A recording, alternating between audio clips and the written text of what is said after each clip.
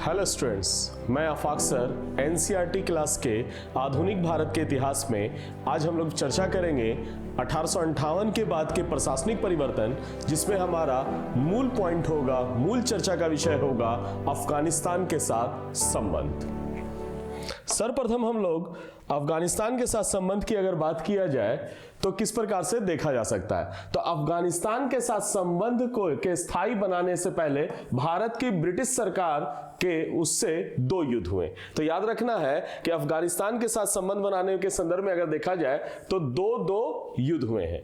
सबसे पहले ध्यान रखना है, ब्रिटिश दृष्टिकोण से अफगानिस्तान की भौगोलिक स्थिति बहुत ही महत्वपूर्ण है। जैसा कि हम लोग को पता है कि भारत का एक पड़ोसी देश के तौर पर अफगानिस्तान है, यानी हमारी सीमा साझा होती है।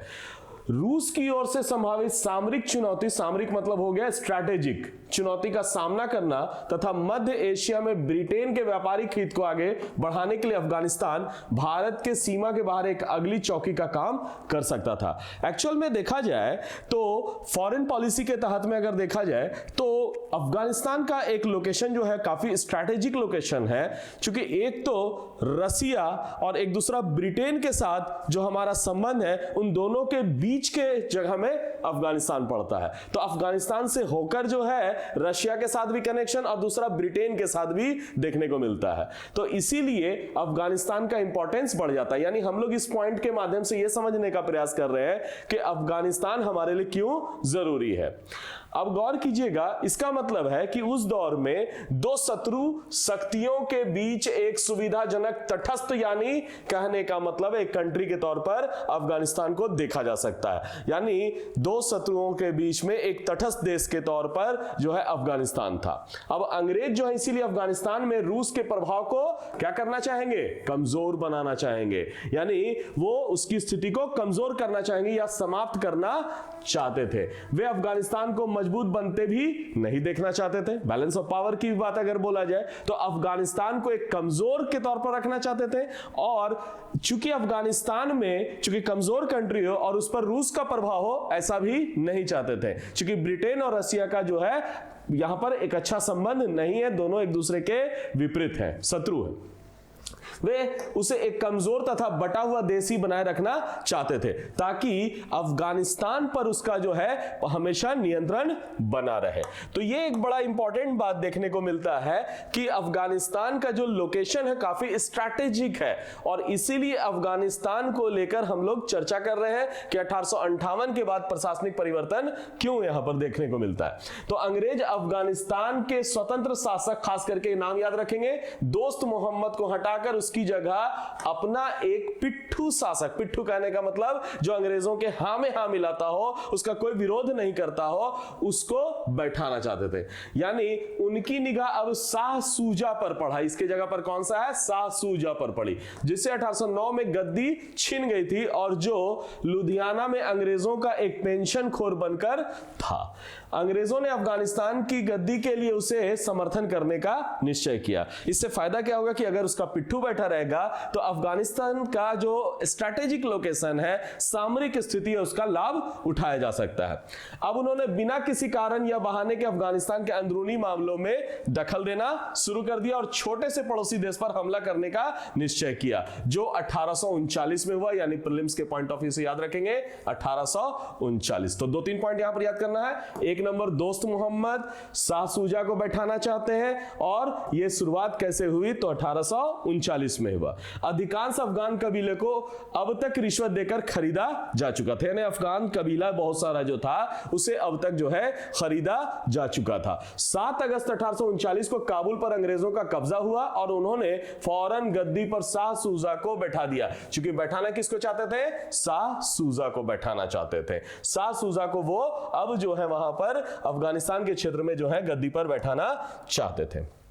अब दूसरा इंपॉर्टेंट बात, अफगानिस्तान की जनता घृणा की दृष्टि से देखती थी। स्वाभाविक है, अफगानिस्तान के क्षेत्र में जो है अंदरूनी मामलों में जो है ब्रिटेन जो है हस्तक्षेप करेगा तो उससे घृणा का पात्र तो होना ही पड़ेगा।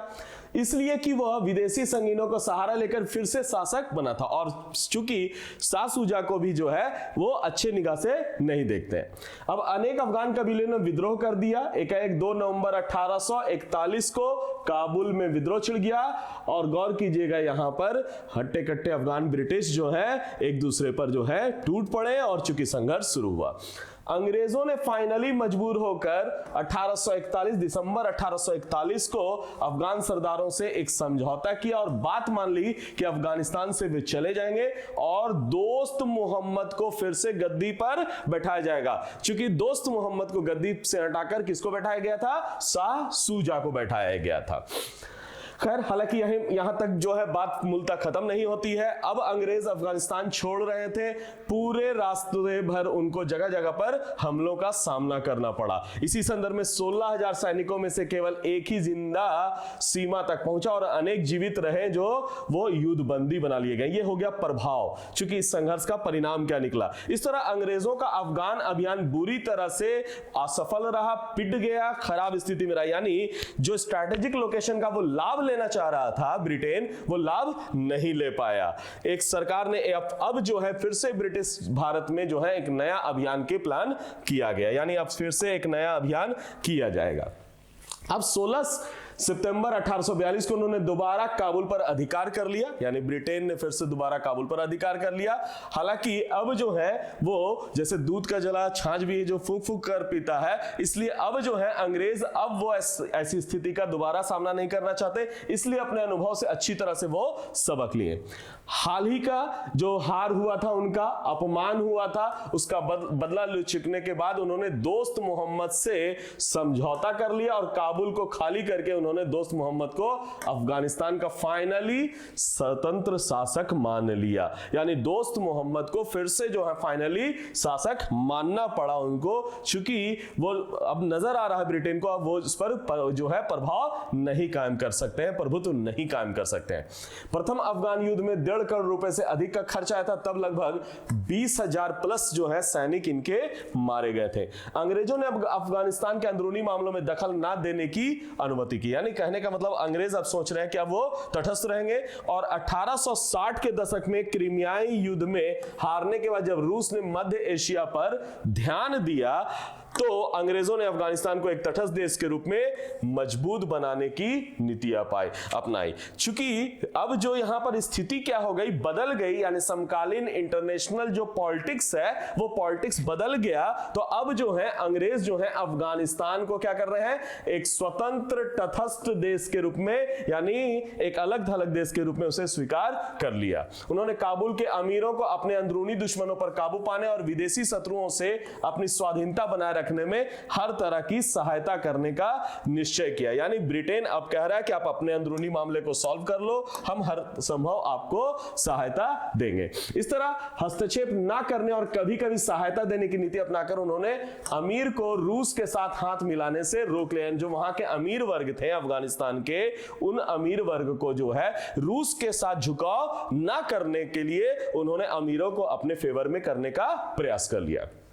1870 के बाद पूरी दुनिया में साम्राज्यवाद यानी इंपेरियलिज्म जिसको हम लोग कहते हैं ना, का पुनरुत्थान हुआ और अंग्रेज और रूस की शत्रुता फिर बढ़ गई थी, जो अब एक बार फिर ब्रिटिश राजनेताओं ने अफगानिस्तान को अपने प्रत्यक्ष राजनीतिक नियंत्रण में लाने की बात सोचनी शुरू हो गई। यानी कालांतर में जो है पॉलिटिक्स ने फिर अपना करवट लिया और ऐसे कंडीशंस में फिर से ब्रिटेन के जो राजनेता लोग हैं उन्होंने अफगानिस्तान को लेकर फिर से, यानी मध्य एशिया में ब्रिटेन के प्रसार को यहां पर करना चाहते हैं, और मध्य एशिया में चूंकि अफगानिस्तान पर विशेष ध्यान दिया गया।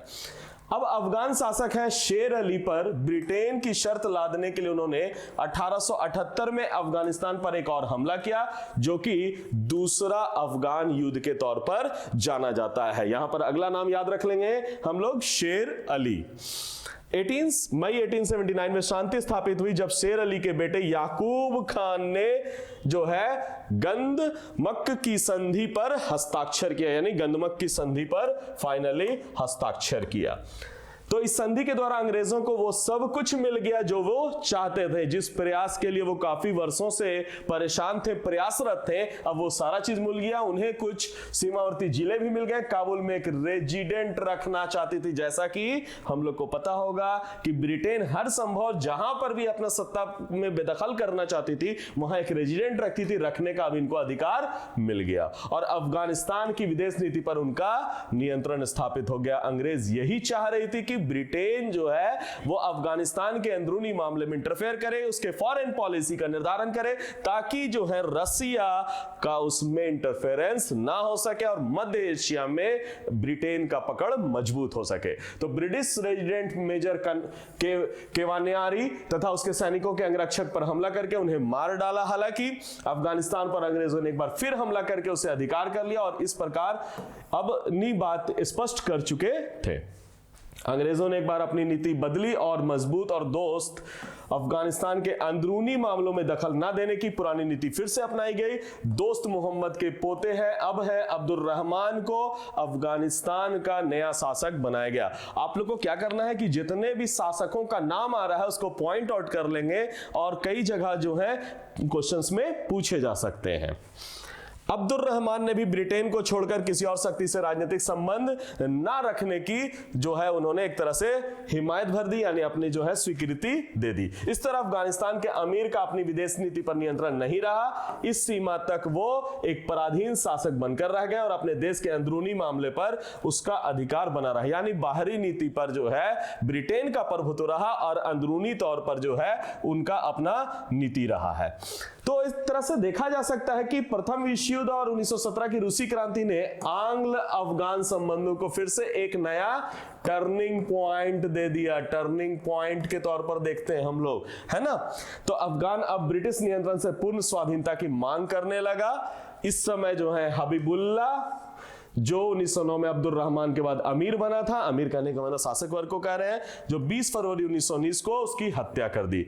इसके बाद से उसका बेटा है, नाम है उसका अमानुल्लाह, जो एक नया अमीर बना, ब्रिटिश भारत के खिलाफ युद्ध छेड़ दिया। 1921 में शांति स्थापित हुआ और एक संधि के द्वारा अफगानिस्तान को विदेशी मामले में अपनी स्वाधीनता वापस मिल गई। इस प्रकार से अफगानिस्तान को लेकर ब्रिटिश पॉलिसी को हम लोग ने चर्चा किया, जो 1858 के बाद से प्रशासनिक परिवर्तन का एक बड़ा आधार देखने को मिलता है। यानी ब्रिटिश सरकार ने भारत में न केवल अपना कब्जा जमाया बल्कि भारत के पड़ोसी देशों पर भी अपना प्रभुत्व स्थापित करने का प्रयास किया। तो इस प्रकार से आज का क्लास यहीं तक। उम्मीद करते हैं कि आपको आज का लेक्चर पसंद आया होगा। लाइक, शेयर और सब्सक्राइब जरूर करें। धन्यवाद।